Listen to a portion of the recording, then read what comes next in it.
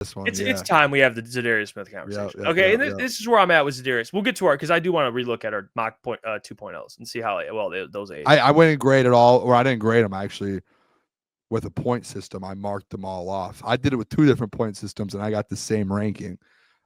So sadly, we do have a winner.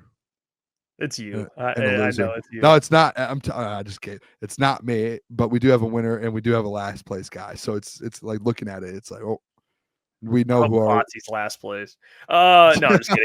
Klotzy might have won it, dude. Klotzy, I'll tell you what. No, he probably got it. It's probably me. It's probably me. Klotzy got last place. He had a couple. He had his first 6 picks correct. Except the only thing he had wrong, obviously, was the Browns taking Travis Hunter. But he had like the order, boom, boom, boom, boom, boom. The only markdown he had in his first 6 picks was Travis Hunter going to the Browns instead of Jacksonville. But he had the correct order. Damn. But yeah, let's have this Za'Darius conversation. Okay, Za'Darius Smith. And Mason Graham, obviously. So it's time you come home.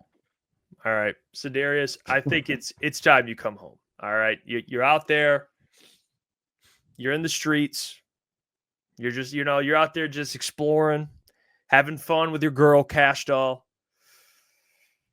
It's time to come home. The Lions do need you, and I think at this point, I think Za'Darius has some leverage. I think he's got some leverage, and I think Zidarius could look at this thing like, okay, and Brad might play hardball and be like, well, we don't really need you. We like our rotation, but we like to have you. Zidarius could be like, I didn't see no edge draft in the first 4 rounds. So clearly, hey, if you can get someone that can get you 8 sacks this year, it's looking pretty good for your boy. So for me, with this Zidarius stuff, I really hope they bring him back. And honestly, I'd be lying if I didn't say, based on how the draft unfolded, I really hope they bring him back. I think they could really use depth there because I don't want my season relying on the fucking linchpin of Marcus Davenport.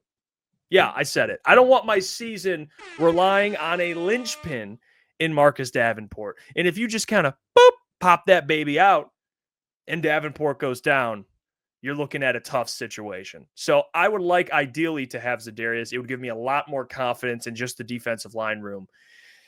And if he signs elsewhere, I don't know if emotionally I can take it. So stop playing games. I don't think it might not even happen soon. It might happen closer to like OTAs or even training camp. Who knows? Yeah.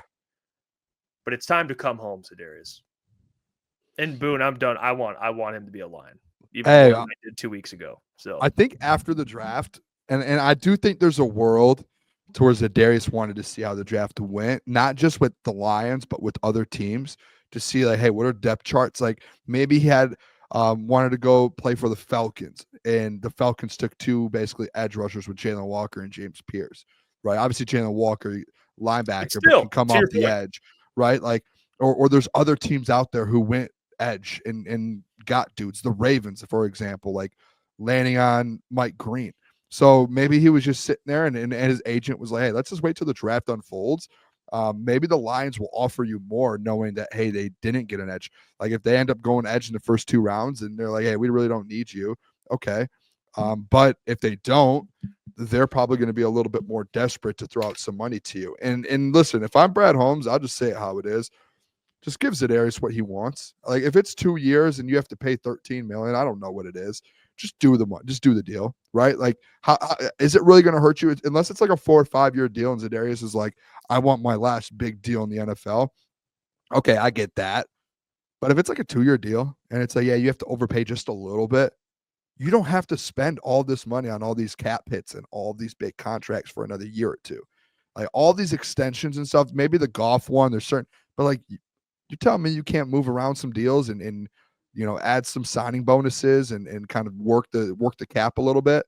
That's how Super Bowl winning GMs do it. So to me, it's Za'Darius has to come back to Detroit. Not him having to, but Brad, you have to get him back to Detroit. Because if you run into next year, I'll tell you this, with Za'Darius and let's say a healthy Marcus Davenport and Hutch and Aleem gets healthy and you have Tyleek and DJ Reader, that's one of the scariest D lines at the end of the day, if healthy, right? Like It really is. Like that's a 9.5 sack guy returning to that team with the Hutch who can get 15 this year.